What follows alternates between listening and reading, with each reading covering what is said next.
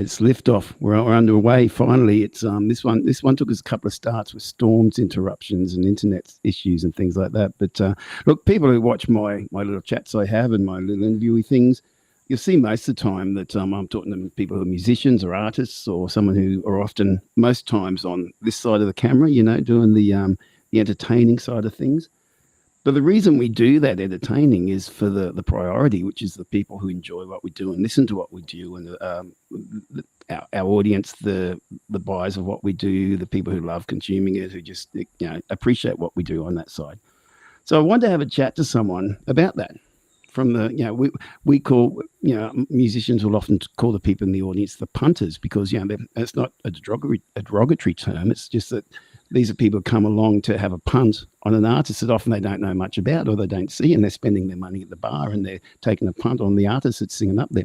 So that's where that really comes from. But I'm joined tonight by Geoff Melit, and Geoff's known me for many, many years now, and decades in fact, and has been kind enough to come out and hear me play many times. But Geoff is also an avid supporter of Aussie music, loves Aussie music, and gets out to see and mix with many, many different artists. So, Geoff, thanks for having this chat with me, mate. Given the absolute pleasure. Given an opinion and some a perspective from the others off stage, the people in the audience. That's is that a fair enough statement where we sit? Oh, for sure, yeah. And from a fan's perspective, it's a different point of view, and I really enjoy any live music, and of course, my live music journey, like locally, of course, started with yourself, and then of course from there it branched out to of course Axe Monkey, Tuffy, of course, and in one night I could probably catch you early in the night and then walk over to the Player and finish the night with Axe Monkey, and back over into the city and finish the night with Tuffy. And it's venues like that back in the day, that were really enjoyable. And of course, there are some venues, today that are just as good.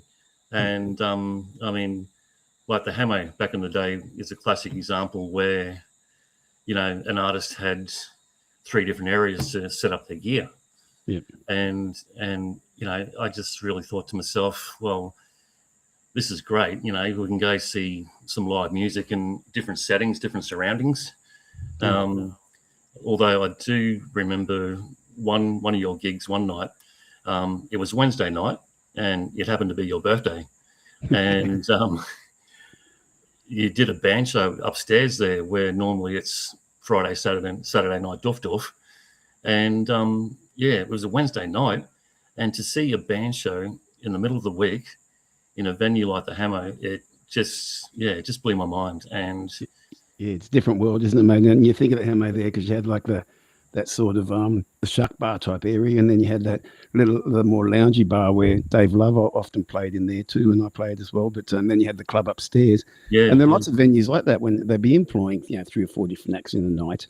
And I guess the other thing that's really changed is that you could club hop like that and go see music all night and have drinks and everything and actually afford to do it.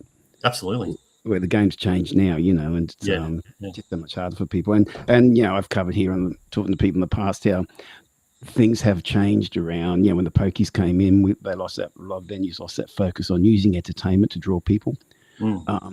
A lot of the stages disappeared. They got used as different things, and now you see so many artists sort of stuck in the corner under TVs. And that was a bit hard to digest. When an artist is trying to perform and there's 2 screens going at the back with footy, and it was very easy to actually focus away from those TV screens. But mate, the rooms that used to work really well for me, like Fridays in Mooloolaba or Her Majesty's, the room was dark. You had the spotlight on the stage. You could turn the PA up loud, and you got people's attention, and everyone joined in and had a great time sharing that experience. Absolutely. Once you take away the focus and you've got sort of 50 or 60 different points of things happening around the room, and there's volume issues, and back in those days too, the staff used to know the musicians who were playing, and there was this whole vibe amongst the whole venue. Whereas now, so many times they don't even know who's turning up or playing or whatever's going on. It's a different world. But mate, I do want to talk about the positives a lot tonight because, as I say, do you remember the first place you saw me at? Where was that? Do you know? The Stafford Tavern. I was only actually thinking of that today. And the Stafford Tavern outside. And again, that was another venue that had, a choice of areas to set up. Yeah. And I remember you were either inside on a Friday night or out in the beer garden on a Sunday arvo, doing a Sunday arvo sesh. And, those afternoon gigs were always a really awesome vibe, a great wind down, after a big weekend, club hopping, so to speak. I think Stafford might have been a Powers pub back then. It was. A family that knows the industry really well. And I can't remember, there's a publican, Tony Weldon, who became a really good friend of mine. I think I first met Tony at the Stafford.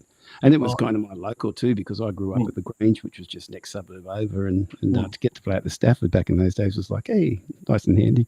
Absolute treat. It was great. But I was living at Nunda at the time too, so it was not too far for you either. Just down the road.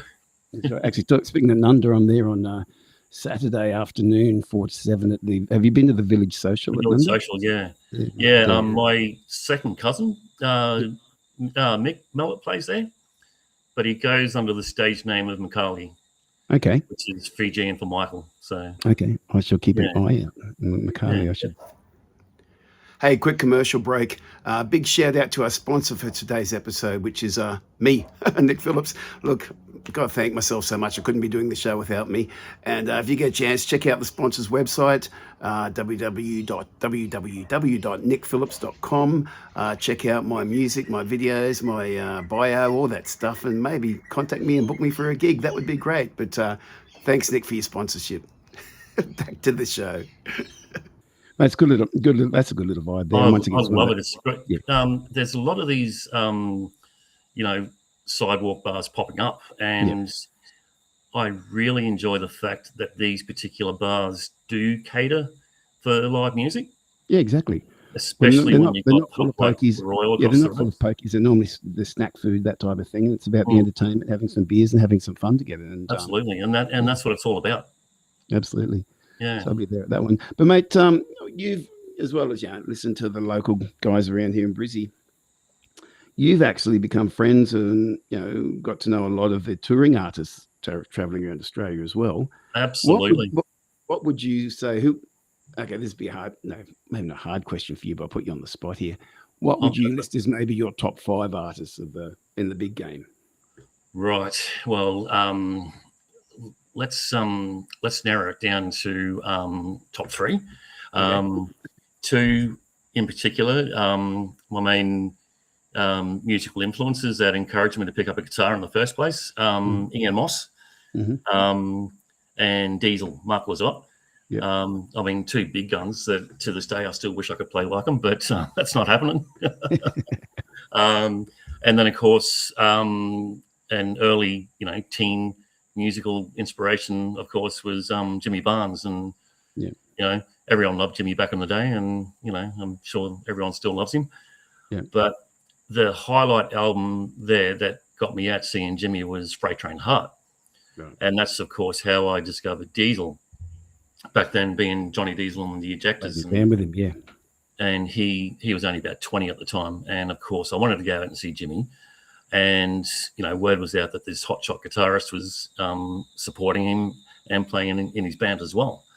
And, of course, the rest is history. And of course, I just love how Mark presents a live show.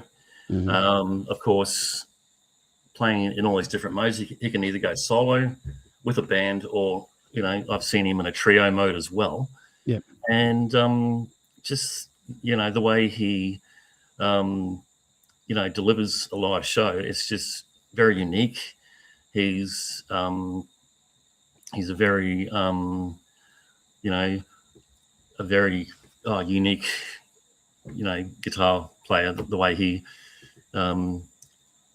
presents himself in a live situation, like he's literally got 7 guitars lined up, beside him there, and changes guitars literally every song. He's obviously just showcasing his collection. And how I got to meet Mark and more or less get to know him was like, especially just of late, he had been chucking in like a VIP meet and greet package in the ticket price. Yep. Where you just simply you buy these tickets like for an extra $50, and you get to go to the sound check, and he'll hang around and do a signing, and pose for photos and whatnot. And this happened over a period of time, and he got to know my face. And he did the same when I went down to his brother's venue in Newcastle. His brother, Brian Lizotte, had a bunch of venues in Sydney, and I only got as far as the one in Newcastle. And Mark came out after the show and just remembered my face, and he's signing a CD for me. Oh, that's Geoff with the G, isn't it? And I'm just like, yeah, that's right. And and then of course, Mossy started doing the same as well. And more or less got to know him. I'll definitely send you through a couple of live pictures of him, and I'll edit them in. But it's interesting, isn't it? Like back in the day, boys like that, they could rely on the CD sales and things like that, which just disappeared. So you got to think creatively about how else can you make income out of the gigs, and that meet and greet is working in a big way. I don't know if you know a American comedian, Jimmy Dore. Harry and I went to watch Jimmy at the he's touring out here in Australia at the Caxton recently, and that was a big. We didn't do the meet and greet, but that was a big part of their package, was doing the meet and greet in that scenario. Mate, you did surprise me a little bit by your third option there. I know we all love Jimmy, I get that, but I thought Mark Seymour would have got a run there somewhere, mate. Yeah, look, I've seen Hunters and Collectors a couple of times, and I just never got around to catching them like lately. I'm my mistake. I thought you'd seen Mark quite a bit. No, I got that wrong.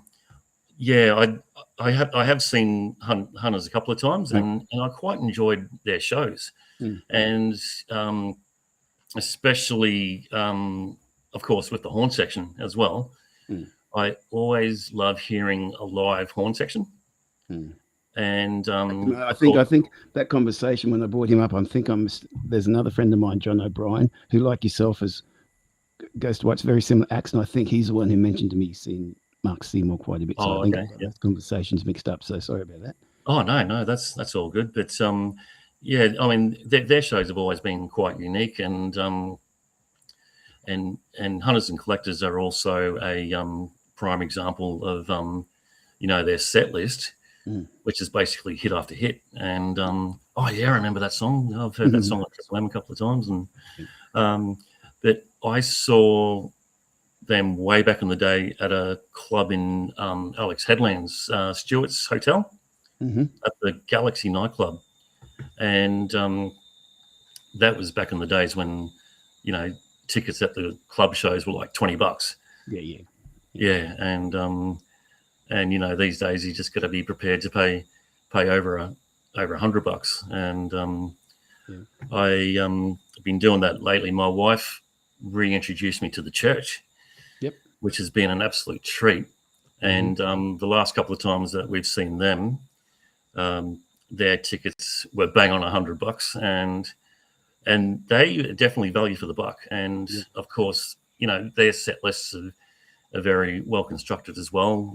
Definitely hit after hit. But and something I found really really awesome prior to the church doing the big tours, Steve Kilby would sneak out on his own and do like solo acoustic shows. And for a guy like that, that's a frontman / bass player, and that can put up with a 12-string guitar and do a solid 2-hour set of what he calls, all the hits and misses and then others. I always, commend that, that effort when an artist can pull off a solo show and play a solid set for a good 2 hours. It's very commendable. And of course, with the church too, you get to with the church, you get to see Ian Hogue from Powderfinger working his Yeah, magic. absolutely. I've always enjoyed seeing Ian on stage. Unfortunately, I never got to see Powderfinger, Right. but catching Ian, you know, in a band like the Church, he's slotted in quite well, and I really enjoy watching his playing, of course. But I'm there for the music as well. But Ian, in particular, he's a very very unique player as well. And, So, mate, what role, like seeing these artists and the music you listen to, how would you describe it? What does that mean to your life or affect to you who you are as a person? well, I'll go out to a gig and I just basically escape the world and enter that world of you know the best experience that I'm about to encounter, and I always leave a gig absolutely fulfilled and satisfied.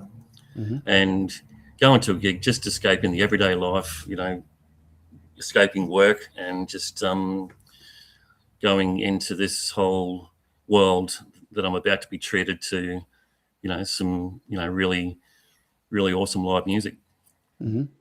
Yeah, Do and you know it just when you've got to meet these artists that you've met along the way? Are you surprised by either one, they're actually really normal dudes, or have you found that there's absolutely. dudes there, or what's been your, was it what you Well, expected? they're just normal everyday people like us. And the funny thing about with like Diesel and Mossy in particular, we just managed to talk guitars, and all I've said to them is, oh, sounded really great tonight, great mix, and they sort of look at me and, oh, you're a muso, are you? And it's like, oh, why do you ask? And they'd say, oh, you've dropped some key statements there, great sound, really good mix, and yeah, and I talk music and gear with both Mark and Mossy in the past when I've ran into them, Yep. and of course there was a particular occasion when Diesel did a show up here in Caloundra at the event centre. He likes to do the theatres occasionally. I was only chatting with Erica about this, my wife. I gave him a particular vinyl to sign, and he's just like, "Oh wow, totally forgot about this one." Yeah. And it was an anniversary reissue of that album, Mm-hmm. and he decided to release it on vinyl. And I mean, something like that, when an artist releases an album like that on vinyl, I look at that as a very marketable product. Mm-hmm. And because there are a lot of hardcore collectors out there that, would buy something like that, especially when it is, like a unique, colored vinyl or Yeah. something like that, rather than just the straight conventional black vinyl. And the only thing I don't get about the vinyl thing is how expensive the albums are. Oh, Like, it's ridiculously priced, but yeah, I don't get how they're getting away with that, because it's mm, not. There's no big shift in the expense of making them. It's just kind of this thing they're priced at that really high price point. And I'd love to see albums come back in the big time, mm, but at the moment they're just something I think they're being maximised to grab as many dollars as you can out of it. But I may be absolutely. misunderstanding that. Maybe someone can explain me another reason Mm. why. But I was walking through JB Hi-Fi or some other place a while ago, and I looked through the albums they had there, and they're like, yeah, $80-$90 for an album. Oh It's yeah, like, yeah, oh, it's crazy, yeah. absolutely crazy. But there are some must-haves, and I've just bitten the bullet and hung the expense. Mm. But I just think to myself, well, as much as I paid this price for them, on the hindsight, I'll think to myself, I'm glad I bought this one. Yeah, yeah. I get it. Whereas, the price of CDs these days are quite reasonable. Mm. I'll always remember back in the days when I was living at Nunda. I had a bit of a chat with you about this before we went on. When I lived at Nunda, my Thursday night ritual was I used to go down to Toombul Music, and every Thursday night when I went down there, I'd buy a CD. And this was back in the day when CDs were like $30, and that's where I actually bought your album, Poetry and Beer. So, Right. and I've noticed these days CDs have dropped in price slightly. Are they? I couldn't tell CDs now because so many people don't have CD players anymore. That's the thing. Yeah, Like it's all there's people who are real music lovers like yourself that have them. But to try and mass sell CDs, everyone, of course, has just gone to the streaming services and everything else, which is natural. That's where people can get it from. But it's sort of killed a big part of especially our indie industry. Way it is. But mate, if have you ever done one of those things where you said you were down at Newcastle, saw Mark down there? Have you travelled much interstate to see a show? Well, at one stage, I would jump a jet to Newcastle probably 3 times a year. Okay. Because he always used to make it quite a regular thing where, I'll just play at my brother's joint. And it was quite regular. And for the sake of live music, I was happy to, jump a jet down. And I honestly thought, for the sake of live music, it was worth the trip. Yeah. And but of course I'd make the most of it and hang around for a bit and take in some sights. I surprised my wife with a surprise trip. We're heading down to Sydney next month to catch the church at the Enmore Theatre. And I've been very keen to catch a gig there. I mean, it's one of Sydney's iconic theatres. Anyone and everyone's played there.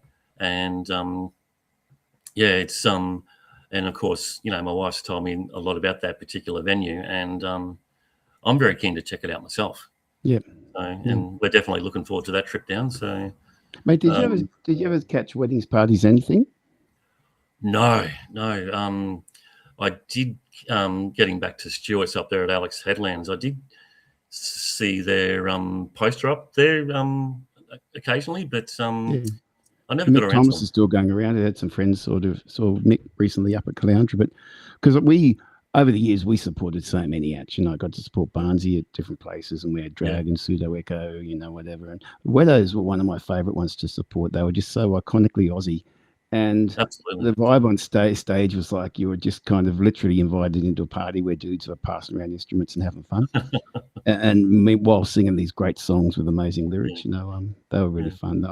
I thought they really captured the live essence as well as anyone I'd seen, in that it really was about inviting people into your lounge room in a sense and having a jam together. Absolutely. I think Aussie bands do that really well.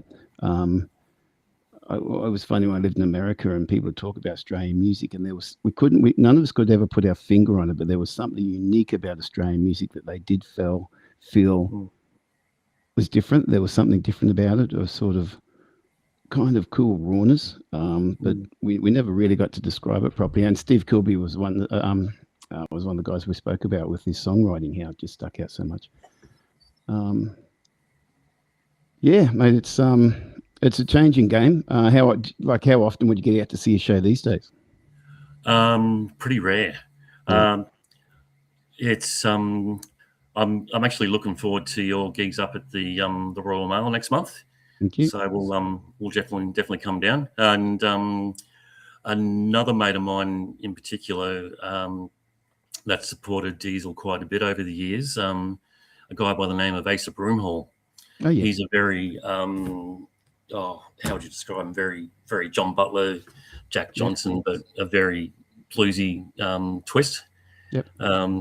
He's actually he was in hiatus for a little while, but he's back on the live scene now. He's actually moved up here, and I noticed he's got a couple of gigs coming up around the local area. Mate, so it'll be good to get out and catch him. Did you say you caught up with John Malcolm recently too? Yeah, John Malcolm. I've never really had much of an insight on him, but he played at our local a couple of weeks ago, and I got to catch up with him and have a bit of a chat. And of course, he told me some stories. He spent a bit of time at Expo, Hmm.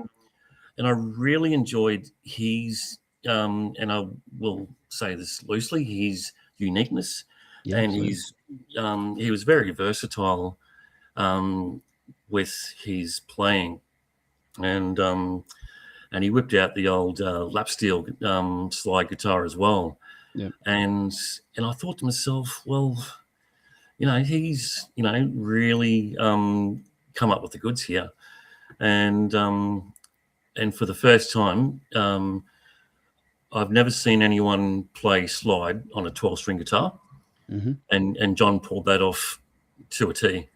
He's And amazing. As you say, unique is the way to put it, because John really had his own style. And actually, what I'll do is I'll dig up one of his, with its Facebook, one of his pages, and I'll put a link in for that, because a lot of mm, people these days maybe wouldn't remember John Malcolm from back in the days when he was mm, playing around Brisbane, and he was one of those artists who should have gone a lot further than where he actually ended absolutely, up. But yeah, if people could check out his music now, that would be great. So I'll stick that link up. But yeah. Oh, any artists you think of too that we haven't spoke about in our chat here tonight that you would like mm, to feature on that, flick me through the names, and we'll get some links up to for people to see oh, them, for because sure. that's where people like yourself are so much help to people like me over the years, mate, and spreading the word and inviting your friends along and their friends along to come and see us. And that's how we build crowd. We Yeah. can't do it Oh, without people definitely. like yourself who love music. So that's why I wanted to have you on. And first of all, thank you for your support Oh, over the years. absolute pleasure. But also here, uh, we could go on and be talking about how things have changed from now to then and everything. But we all kind of know that, and I think we just have to get on with it. Yeah. And artists have to figure out ways to better, particularly as AI and technology becomes more and more involved in the process. We have Mm, to find a way to make our musical sharings, our musical offerings more human, mm, and find those experiences that people can only get by hearing a real artist, a human absolutely. artist doing it. And so it's up to us to find that. And fortunately, we've got people out there like yourself who kind of are willing to wave the flag. And I think there's a whole new generation too that have come through that really haven't got to experience a lot of live music, that are yet to rediscover or discover it, and then Mm, help build it.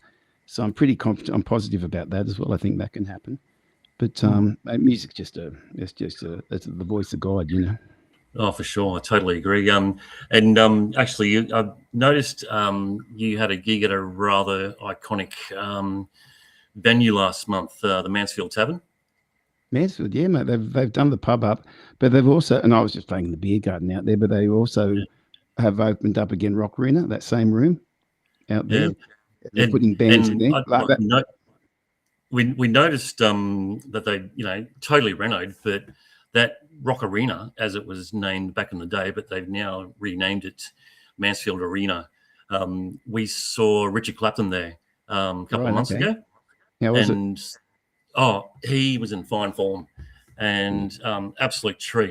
And again, hit after hit after hit, mm. and yeah, and he could have played for longer, and that particular room, that arena, that was the only part of the pub that wasn't touched. I still Yeah, remember it I was trying from to figure that out because when I was yeah. there the other week, there was actually that night they're having I think about 5 punk bands on, and that's when it had listed the Oh, really? sound check and that. I was trying to remember because I think the last time I would have played there, I know I would either have been supporting the Sunny Boys or Hoodoo Gurus. Would have Wow. been either of those two.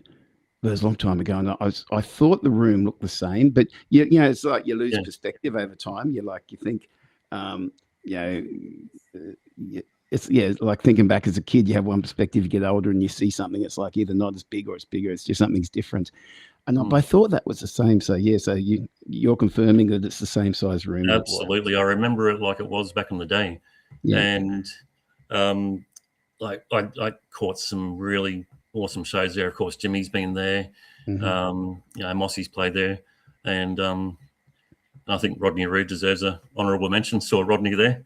I think the only time I was there as a punter with a crowd, I was watching LRB when John Farnham was out front. Oh, really? Yeah, saw them there. Yeah. Oh, nice. You mentioned the Hoodoo Gurus. Mm-hmm. We saw the Hoodoo Gurus a couple of years ago at quite a classy joint in the Valley, and those two terms don't go together, classy in the Valley. Place called the Fortitude Music Hall. Yeah, of course. And that venue is absolutely, it's a prime joint, 5-star. Yeah. This massive room, and I'd never seen the Hoodoo Gurus, and it was it was a treat, and enjoying a show that something that I've never ever seen before, and Dave Faulkner, he's still in fine form, and again a 2-hour plus show with so much energy. Yeah. And I'm just glad that we were up in the balcony because that mosh pit down on the floor was Getting pretty full on. Pretty full on. So yeah, man, they're great. I probably would have walked out of there with an injury for sure. Gurus were great. Actually, I never really knew him. We just sort of knew each other in passing, like tonight. But Brad Shepherd, he actually went. He was a year ahead of me at Kedron High School. So he's a fellow Kedron boy. But nice. Yeah, they're great band, Hoodoo Gurus. But we just had so many back in those, especially late '80s. Every summer, every weekend, there'd be Aussie Crawl, In Excess, Pseudo Echo, Uncanny X-Men. There's bands coming through every week, and we were. Yeah. If you're as a circuit band up here, we just got to support so many of them and playing those shows, and you got to learn so much and had a great time. Oh, nice. And and then I probably by the end of the '80s, I'd pretty much finished my band touring stuff and was really just doing the solo work and things like that. And doing my albums. But the touring band stuff was great fun as a young fella. And you learned so much. It was how you learnt your craft. You'd be working 6 or 7 nights a week back in those days in front of all types of crowds, and you'd go from playing to places like the Hamo and that to on the weekend supporting those big acts and absolutely great fun, really good. But anything in particular that you'd like to add in about our chat here? Because not really. I think we've covered some pretty good points. Territory. Yeah. It's just like the venues in comparison from back in the day to now. Like there was another church gig we caught recently at a venue up here on the coast called The Station. Mm-hmm. And it and that venue's actually closed down now. I've heard, and the show was great. The sound was impeccable, but it come across as a pop-up venue, and it was just like this just surrounded by shipping containers and this big covered area that like a airport hangar. And we got in. It was a standing gig, and of course here's rows and rows and rows of seats, and had that strict rule: everyone had to stay seated at the band's request. Wow! And it's that's a bit hard to believe, and just that created a bit of a negative vibe. But the show was great, but just having to stay seated in a venue like that was a little bit of a bitter pill to swallow. So the other church shows you've seen, have they been seated or? The Tivoli wasn't, and we've seen them at the Triffid, which I believe is owned by a couple of the guys from Powderfinger. Yeah, JC. And I believe the Enmore is going to be standing as well. Yeah. So, but I just can't really get the concept of these shows being seated. Like one in particular, I was at up in Bribie seeing Mark at the Bribie pub, that little pub in Ballara. He was playing solo, and this was just not long after COVID, and that was seated as well. And I'm just like, oh, hang on, what's going on here? Why is this one seated? And I mean, especially at a fully blown pub gig like that. And again, the same rule: you had to be seated. And I just sort of found that a little bit hard to cop. It's a tough call sometimes. It's sometimes that, particularly as you get these acts who going around, who a lot of their audiences are actually like in their 60s and above now too. It's one of those things where you do get people who want to sit down and have that Yeah, option to be seated, so they absolutely. don't really want to Yeah, stand it all night.